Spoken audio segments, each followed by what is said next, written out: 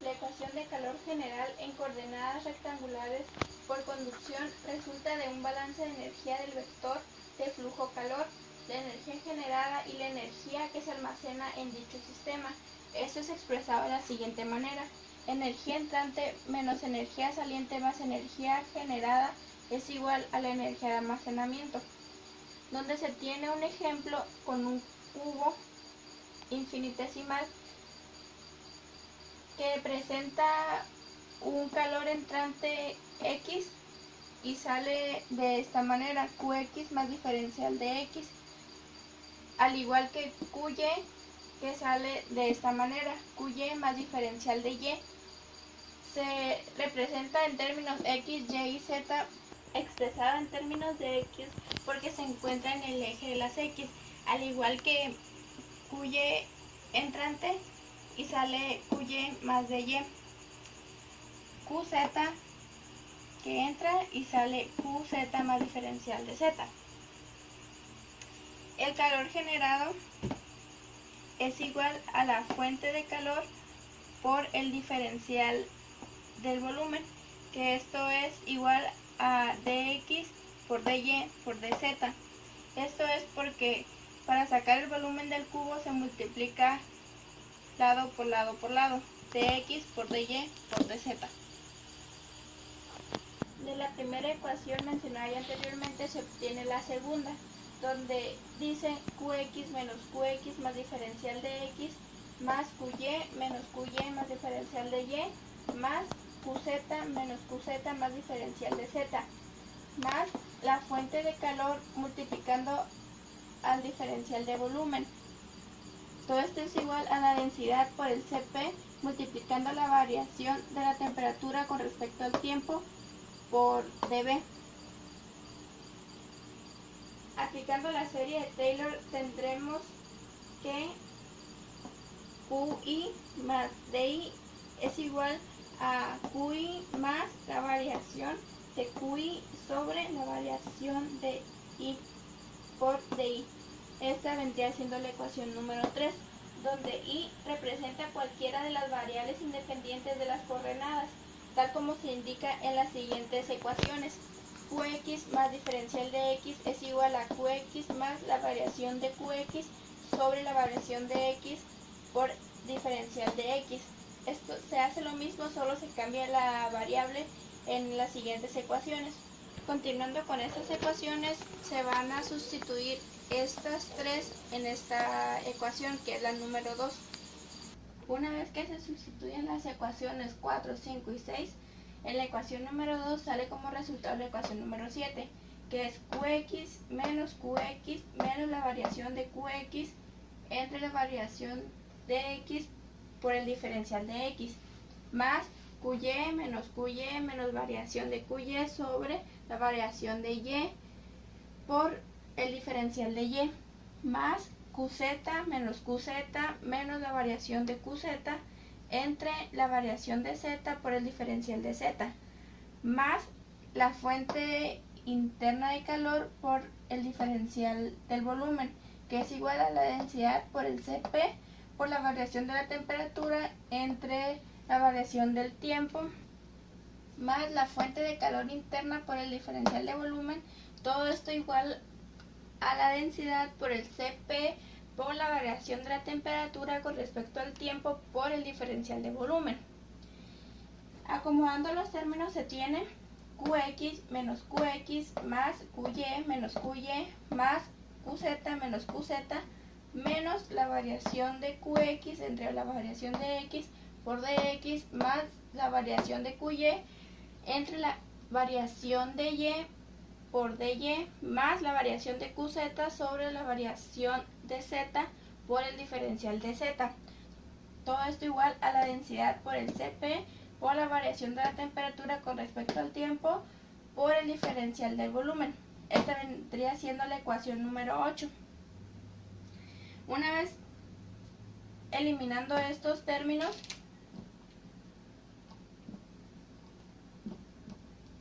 se tiene la siguiente ecuación. Se cancelan los flujos de calor en la dirección X, Y y Z, con lo cual se obtiene la nueva ecuación, que es la ecuación número 9. Al desarrollar un poco más la igualdad anterior, se observa lo siguiente.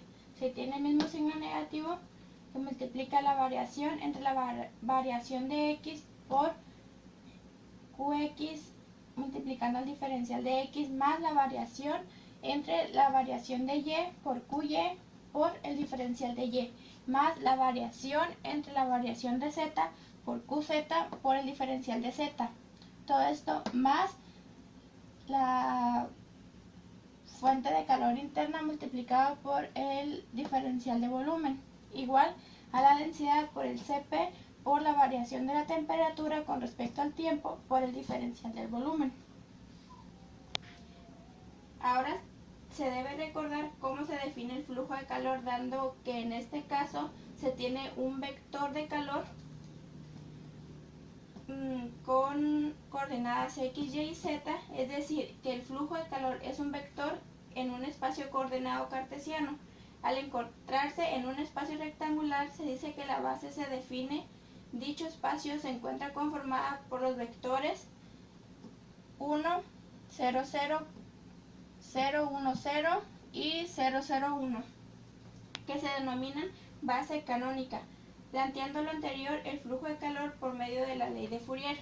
Según la ley de Fourier, se tiene un vector del fluido de calor que es igual a menos K, que es la conductividad, por la variación de la temperatura con respecto a la distancia, que multiplica el diferencial del área transversal, en este caso de X, por una Y, que es de un número imaginario, más menos K por la variación de la temperatura con respecto a la distancia de Y por el diferencial del área transversal Y multiplicando a la J imaginaria, más menos K por la variación de la temperatura con respecto a la distancia en Z por el diferencial del área transversal en Z multiplicando a una K imaginaria, donde Qx es igual a menos K por la variación de la temperatura con respecto a la distancia en X por el diferencial del área transversal en X. Qy es igual a menos K por la variación de la temperatura con respecto a la distancia en Y multiplicando al diferencial del área transversal en Y. Qz es igual a menos K por la variación de la temperatura con respecto a la distancia en Z por el diferencial del área transversal en Z, siendo esta la ecuación número 11, la 12, 13 y 14. Retornemos a la ecuación número 9 y sustituir los flujos de calor respectivos de las ecuaciones de la número 12 a la 14 que se mencionó anteriormente, que vendría siendo esta la ecuación número 9, que pasa a ser igual a la número 15, y se sustituye Qx por este valor, que es menos K por la variación de la temperatura con respecto a la distancia por el diferencial del área transversal en X. De la misma manera, Qy, que vale todo esto con respecto a sus mismas variables. Pasa el mismo caso con Qz, que es igual a todo esto, igual nada más cambiando la variable z. Pasamos a multiplicar el signo negativo afuera de los paréntesis. Se multiplica menos por menos, da un signo positivo y cambia a ser este positivo. Igual, menos por menos es más y este cambia a ser signo positivo, se elimina este. De esta manera igual, este cambia positivo y este se elimina. Esta pasa a ser la ecuación número 17, ya con los signos positivos. Ahora se debe determinar los diferenciales de área y volumen involucrados en la ecuación. El diferencial del área X es igual a dy por dz. El diferencial del área Y es igual al diferencial de X por diferencial de Z. Diferencial del área Z es igual a dy por dx. Y el diferencial del volumen, como ya se había mencionado anteriormente, es igual a dx por dy por dz. Ahora se sustituye en la ecuación número 17 que se mencionó anteriormente también, donde en esta parte se encontraba diferencial del área transversal en x, ahora se encuentra dy por dz. Igual de esta manera, aquí se encontraba el diferencial del área en y, aquí el diferencial del área en z. Y esto pasa a ser la ecuación número 22. Los diferenciales que se encuentran dentro del paréntesis son constantes y se pueden pasar a multiplicar afuera del mismo y ser divididos a ambos extremos de la igualdad, lo que da como resultado la eliminación del elemento diferencial de volumen dB. O sea que esta parte puede pasar para afuera para multiplicar junto con diferencial de x, de y y de z, para poder eliminar toda esta parte de ambos lados. Pasa a ser de esta manera y se divide en los dos lados para poder eliminarlos, que quedaría así: la variación entre la variación de x por la conductividad por la variación de la temperatura con respecto a la distancia, más la variación entre la variación de y por la k por la variación de la temperatura con respecto a la distancia, más la variación entre la variación de z por k más la variación de la temperatura con respecto a la distancia en z, más el flujo de calor igual a la densidad por el Cp por la variación de la temperatura con respecto al tiempo. Esta vendría siendo la ecuación número 24. Asumiendo una conductividad térmica constante, pasamos el término afuera de los paréntesis y luego dividiéndolo a ambos lados de la igualdad, donde se tiene la siguiente ecuación, que es la número 25, donde esta conductividad se encontraba dentro del paréntesis y para poder eliminarla la sacamos y se dividió por el mismo término en ambos lados, quedando de esta manera: la variación entre la variación de la distancia x por la variación de la temperatura con respecto a la distancia, más la variación sobre la variación en y por la variación de temperatura con respecto a la distancia en y, más la variación entre la variación de z por la variación de la temperatura con respecto a la distancia en z, más el flujo de calor, que es igual a la densidad por el Cp dividido entre la conductividad térmica multiplicando a la variación de la temperatura con respecto al tiempo. Esta viene siendo la ecuación número 26. Y recordando que cuando se tiene una multiplicación así, al multiplicar estos dos te queda variación al cuadrado de la temperatura entre la variación del término y al cuadrado. En este caso se sustituye por cada variable x, y, z, donde se sustituye la ecuación número 27 en la ecuación número 26, dando como resultado la ecuación número 28, que es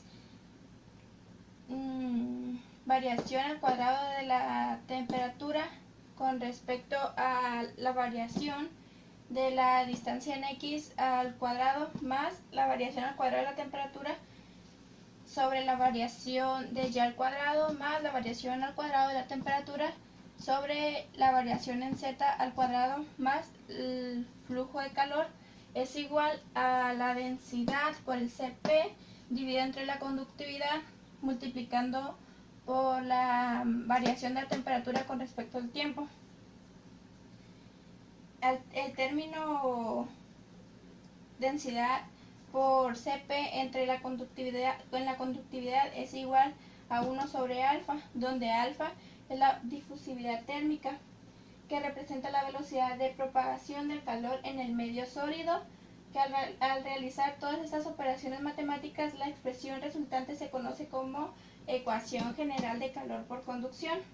En el caso que la conductividad térmica sea constante, Esta ecuación número 28 también se conoce como la ecuación de Fourier-Biot y en condiciones específicas se reduce a estas tres formas conocidas como ecuación de Poisson, ecuación de difusión de calor y ecuación de Laplace, respectivamente. En la ecuación general de calor por conducción en coordenadas esféricas, una vez analizando el método de transformación de espacio, podemos analizar un nuevo conjunto de coordenadas curvilíneas. Ahora se realizará el análisis en una figura geométrica igual a una esférica. Las coordenadas internamente de un vector en cualquier cilindro se definen de la siguiente manera. U con sus coordenadas U1, U2 y U3, que es igual a tener U en coordenadas con R, Phi y Theta. Por lo tanto, se debe definir cómo se expresan sus coordenadas rectangulares a coordenadas cilíndricas, donde dice que X es igual a R por el seno de Phi por coseno de Theta. Y es igual a R por coseno de Phi por el seno de Theta. Y Z es igual a tener R por coseno de Theta. Adicionalmente, se debe recordar que analizamos este caso para determinar el vector de flujo de calor en coordenadas cilíndricas. En este caso, entonces, es lo siguiente. Se tiene un vector para sacar el flujo de calor con coordenadas R, Phi y Theta. Si analizamos el flujo de calor en una sección infinitesimal de un cilindro en el cual existe flujo de calores entrantes como salientes donde se genere calor y se almacena parte de la energía, se podría deducir una ecuación que nos ayude a definir la transferencia de calor en coordenadas cilíndricas. En este caso se determina un balance de energía igual. ¿Cuál sería dicha ecuación? Es igual que la ecuación general anterior, que la anterior era en coordenadas rectangulares. En este caso es en coordenadas esféricas, pero se hace la misma deducción, que es la energía entrante menos la energía saliente más la energía generada.